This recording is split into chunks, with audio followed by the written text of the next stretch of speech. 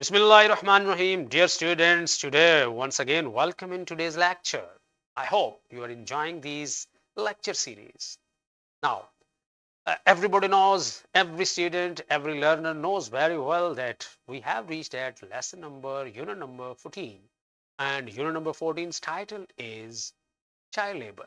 So, let's start.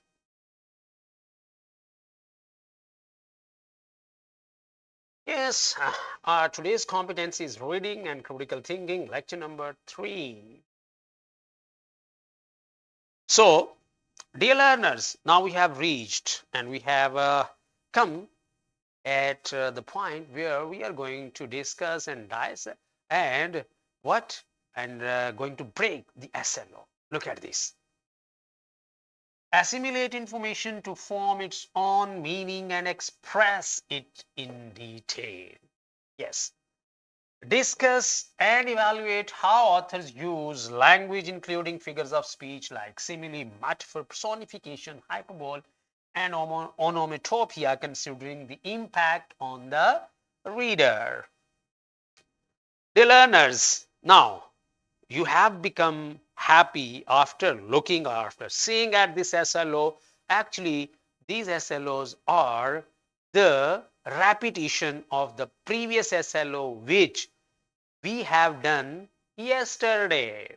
So it means that this will once again what refresh your previous lecture and reinforce the same concept. Now move to the slide and try to look. It will be vertical engage and brainstorming, and then we will reach at in detail understanding. Yes, look at this. This is vertical linkage.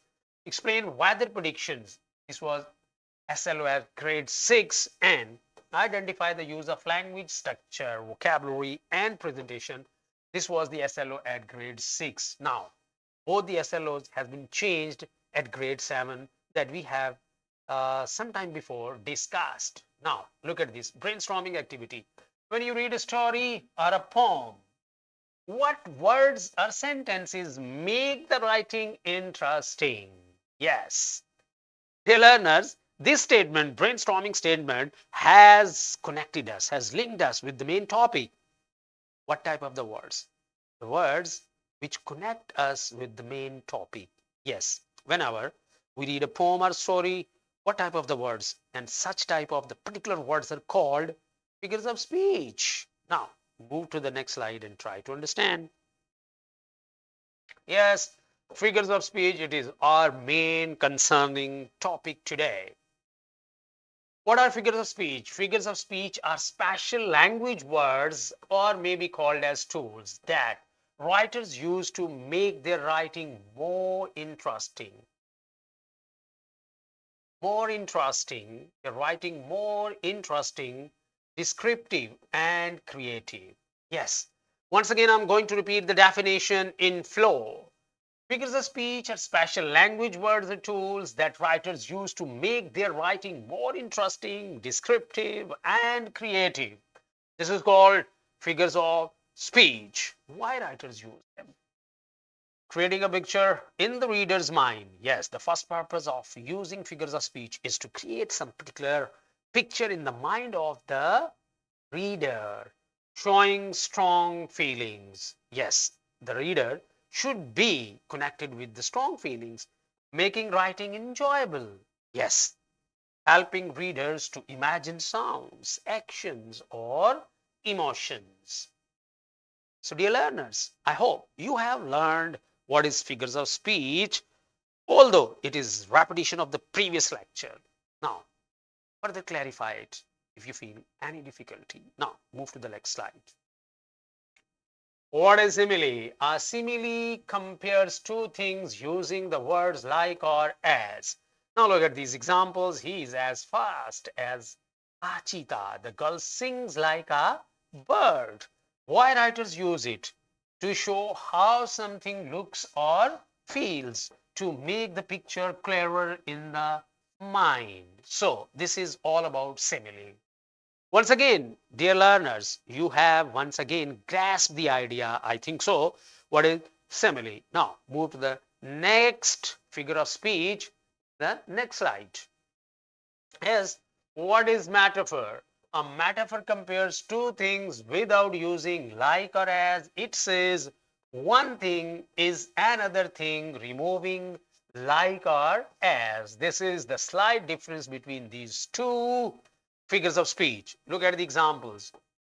The classroom was a jungle. The classroom was a jungle. Her smile is sunshine. Why did I use it? To give strong images and to show deeper meanings. So, dear learners, I hope so. You are pretty much clear about what is metaphor. Now, move to the next slide. Yes, move to the next slide. Today we have reached here the next figure of speech, that is personification. We have already clarified this concept, but now we are just reinstating. Personification means give human actions to things that are not human. Yes, examples. The wind whispered, the flowers danced in the breeze. Why writers use it? To make writing lively, to help the reader imagine movement or feelings. Yes. Dear learners, this is all about what personification. You are very much clear already about the personification. Now, move to the next slide. What is hyperbole? Yes, according to the SLO, it is a new figure of speech. Now, look at this. What is hyper? The word hyper itself speaking loudly what it will be. Hyperbole. Hyperbole is an exaggeration. Yes, exaggeration means something is small, but we try to make it a big thing. Yes, that is called exaggerated. It is not true. Used only for effect. Yes, once again, I'm going to read the definition of hyperbole in flow. A hyperbole is an exaggeration. It is not true, used only for effect. A statement that is not true, but we exaggerated it, that is called hyperbole.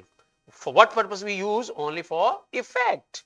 Look at the examples. I have told you a million times. Yes, I have told you a million times. It means that I have told so many times, twice or thrice, but for the effect, I have used millions times. This is called exaggerated, and this statement is called hyperbole.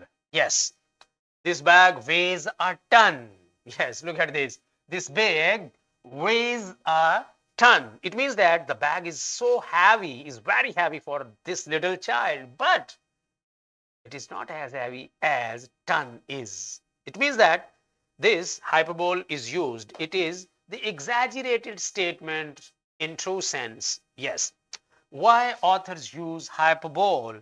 To show strong feelings, anger, excitement, surprise, to make the reader smile or feel emotion.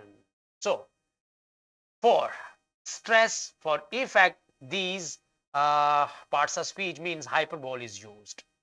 So, my dear learners, I hope you have grasped the concept of, you have understood the concept of hyperbole as well today. Now, move to the next slide. What is onomatopoeia? Onomatopoeia means sound words. Yes, look at this, sound words. Whenever the writer wants to make the sound through the words, that is called onomatopoeia. Ayan said, what a bright day it is. Yes, bright day it is. It is creating some sound as well. Sana exclaimed, I'm feeling happy. These are the examples. Look at these examples, particular examples. Clang, buzz, twang, bang, splash. These are the sounds through the words. Why writers use it? To make writing realistic, to help readers hear the action. So, now, my dear learners, you're pretty much clear about onomatopoeia. Move to the next slide. How to identify figures of speech in the sentences, in the lines, in the given text. When the students read a line, he should ask, yes, whenever a student is writing a particular text, he should ask from himself these questions, then he can easily identify the figures of speech. Is something being compared? If it is comparison there in the statement, it means a simile has been used or a metaphor, because these two figures of speech are used for comparison.